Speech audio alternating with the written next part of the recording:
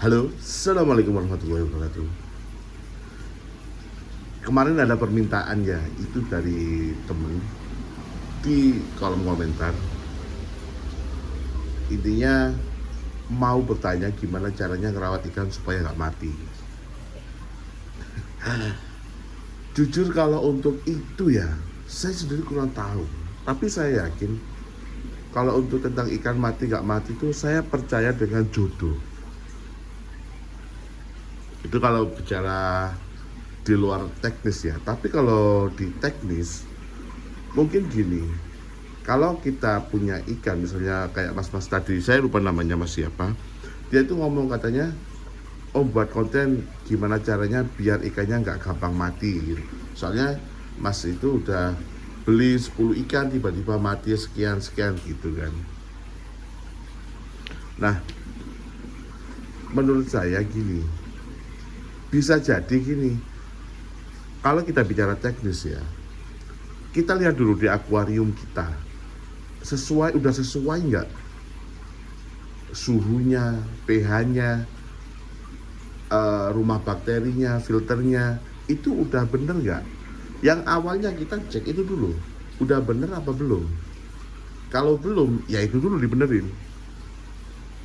Itu menurut saya sih gitu ya, menurut saya. Jadi sebelum kita membahas jauh, alangkah lebih bagusnya coba deh dilihat mungkin dari apa, media filternya, dari kadar airnya. Soalnya gini, dari rumah A ke rumah B itu suhu air, pH air itu berbeda. Itu secara teknis ya. Tapi saya nggak pernah membuat, maksudnya saya sendiri nggak pernah mengukur kadar pH di air saya. Jujur saya nggak pernah. Jadi saya aja serantanan gitu loh. Tiba-tiba ya udah buat ini udah bagus, udah enak, ya udah masukin ikan gitu aja kalau saya. Tapi ini nggak untuk ditiru sama teman-teman yang lain. Bisa jadi karena saya juga kebetulan aja bisa hidup, kebetulan bisa enak gitu ya. Dan lagi gini, ini menurut saya lagi ya, bisa jadi pas waktu masukin ikan itu nggak dikarantina. Iya nggak? Coba diingetin, dikarantina nggak kira-kira ikan itu? Ada beberapa orang yang ngomong ke saya, ngomong langsung, Mas Aman kok bisa ngerawat ikan koki segini banyak, kok bisa hidup semua? Padahal saya ngerawat itu pasti ada yang mati gitu. Soalnya kata orang-orang ikan koki itu ikan paling gopok itu, ikan paling mudah untuk mati. Padahal menurut saya sih enggak sih. Alhamdulillah selama saya merawat dari zamannya akuarium bulat, saya ngerawat ikan mas koki dari zaman akuarium bulat sampai punya ukuran yang 90 cm sampai sekarang alhamdulillah punya yang 160 cm ini. Alhamdulillah nggak pernah ada yang mati kecuali tragedi besar yang kemarin pas waktu saya pindah ke sini. Itu total sekitar 30-an ikan saya lebih mati gara-gara kegoblokan saya. Waktu itu saya taruh cuman di bak, kan habis pindahan air akuarium belum, kan ini kan di lantai 2 saya turunin, pindah rumah itu kan air ikan saya taruh di bak. Nah itu udah saya aerasi selama 1 malam. Gobloknya saya pakai air PDHM yang itu ada kaporiknya kan, nggak di istilahnya itu, nggak diendapin, nggak diapa-apain, langsung taruh situ. Paginya hanya nyisa 1 nih yang putih nih. Nah ini yang putih nih, Snow White, oranye Snow White. Sisanya habis, termasuk ikan manfishnya habis semua. Itu ada yang satu ikan yang agak nyesek ya, harganya yang lumayan lah. Tapi ya nggak apa-apa lah, itu karena kegoblokan saya aja. Itu karena terlalu lelah, nggak saya taruh di akuarium, saya biarin aja, akhirnya mati itu. Akhirnya ikan-ikan ini baru semua. Ini dari bulan Mei, ikan-ikan saya ini Mei. Sekarang Oktober, Mei, Juni, Juli, Agustus, September, Oktober, 5 bulan.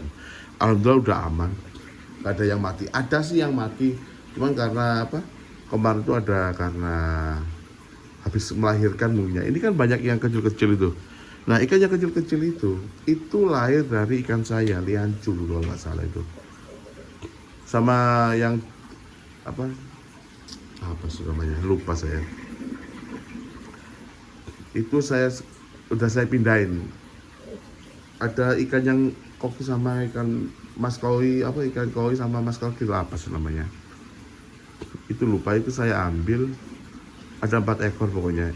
Itu saya taruh di kantor saya. Sisanya yang kecil-kecil itu anaknya dari liancu dulu. Mungkin habis nelor sama istri saya dipers ya apa gimana, tiba-tiba mati. Sama kemarin mutiara satu mati. Itu saya tinggal di rumah 4 harian, tiba-tiba mati. Kalau dari teknis mungkin pas nyemplungin kadar airnya beda. Jadi ikan itu nggak langsung mati, matinya nunggu waktu juga. Dilihat dulu berapa lama dia mampu beradaptasi. Kalau dia nggak mampu adaptasi ya mati gitu.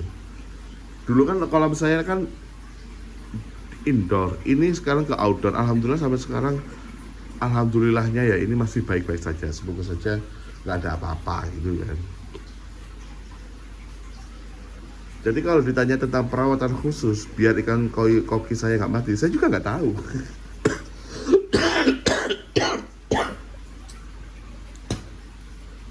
Oh, saya ngerawatnya ya biasa aja menurut saya. Cuman kalau jujur saya sendiri tuh senangnya itu gini. Dulu sebelum merawat akuarium, sebelum punya akuarium saya tuh mikirnya, soalnya kata teman-teman setiap hari atau harus di water change 20%, 30%, 50%. Nah kalau saya enggak cuy. Beneran, akuarium saya ini enggak saya water change. Sempat di water change karena waktu itu subfilternya kotor banget, saya kuras. Kalau sekarang udah nggak pernah water change, cuma nambah-nambah gitu aja. Dan saya nggak pernah pakai obat aneh-aneh. Saya paling cuma pakai garam ikan sama itu yang apa, Om Teddy itu Pure Plus apa, cuma pakai itu aja sih, gak ada yang lain sih, gak ada yang istimewa. Saya media filter saya cuma pakai Bioring, cuma sama kristal bio, batu apung, terus sama apa itu biobol, udah itu aja, nggak ada yang spesial. Jadi ya kalau dia saya beranggapan ini ya untung-untungan, alhamdulillah jodoh-jodohan juga. Soalnya gini, uniknya ikan ini ya, uniknya ya. Kalau misalnya saya tinggal gitu, saya tinggal mudik, saya kan sering mudik. Itu pasti ada aja ikan yang mati kalau dipegang orang lain. Tapi kalau di handle saya sendiri gak ada. Aneh kan? Aneh. Mungkin udah berjodoh mungkin ya. Dan ya gini, tentang kembali ke air, saya itu senang mempelajari tentang bagaimana siklus air itu berputar. Asik, siklus air. Tapi saya nggak ngukur pH dan lain. Pokoknya gini, kalau saya lihat, kalau kelihatan ikan airnya ada butek atau gimana, itu saya lihat filternya gimana, airnya kenapa, itu saya pasti cek itu dulu. Intinya saya lihatnya di airnya. Dan gini, nggak melulu air bening itu sehat buat ikan, belum tentu. Karena bisa jadi air yang butek pun sehat buat ikan. Jadi parameternya itu juga bukan dari air yang bening, juga bukan dari air yang kotor. Menurut saya sih ya, dan ini menurut beberapa teman-teman YouTuber yang lain ya, emang parameternya bukan dari lihat jernih atau enggaknya air, tapi lihat dari pH dan lain-lain. Saya sendiri nggak pernah ngukur pH, keasaman, nggak pernah ngukur sama sekali. Saya cuma serantanan, cuma penghobi pemula gini kan. Jadi cuma tinggal cocok isi ikan gitu aja. Alhamdulillah saya yakin ini karena berjodoh sih ya. Saya pernah kan gini, ikan koki kan itu sangat butuh sekali dengan yang namanya aerator ya. Nah, saya pernah tuh bawa ikan koki dari rumah Oh, dari Surabaya ke Pasuruan itu kalau naik tol itu sekitar 1 jam lebih lah, anggaplah 1 jam setengah lah. Itu nggak pakai aerator loh, alhamdulillah aman. Itu cuma saya masukin ember gitu aja. Itu alhamdulillah aman, selamat, sehat, sentosa. Kalau kita bicara berjodoh lagi dengan ikan, saya itu pernah ngerawat ikan gupi. Cuman dari yang beli 5 ribuan, itu apa 1 ribuan apa itu jadi beranak pinak banyak. Tetangga-tetangga saya banyak yang saya kasih. Itu menurut saya itu berjodoh saya dengan ikan. Saya, istri saya, yang beli ikan itu istri saya. Ya gini aja lah kodenya. Mungkin anggap aja konten ini gak jelas ya. Karena saya sendiri juga nggak tahu apa yang menyebabkan ikan itu mudah mati di rumah kita. Cuman gini, kalau ikan di tempat saya ya, di akuarium ini, di akuarium saya ini, kalau misalnya kelihatan dari matanya, ikan sakit kan bisa kelihatan dari matanya. Coba ya teman-teman, pantengin betul ikan teman-teman.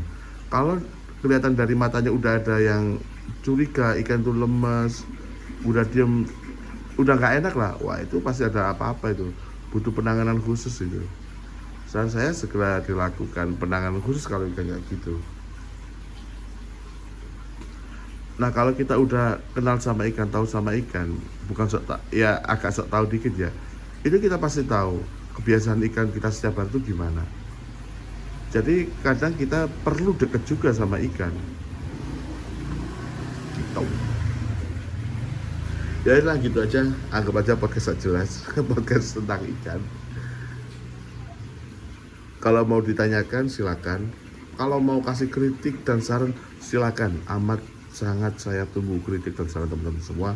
Dan mungkin kalau teman-teman ada yang punya bubble eye yang bagus, yang harganya masuk, boleh deh, soalnya saya lagi ngidam bubble eye itu. Ya segitu aja, terima kasih. Assalamualaikum warahmatullahi wabarakatuh.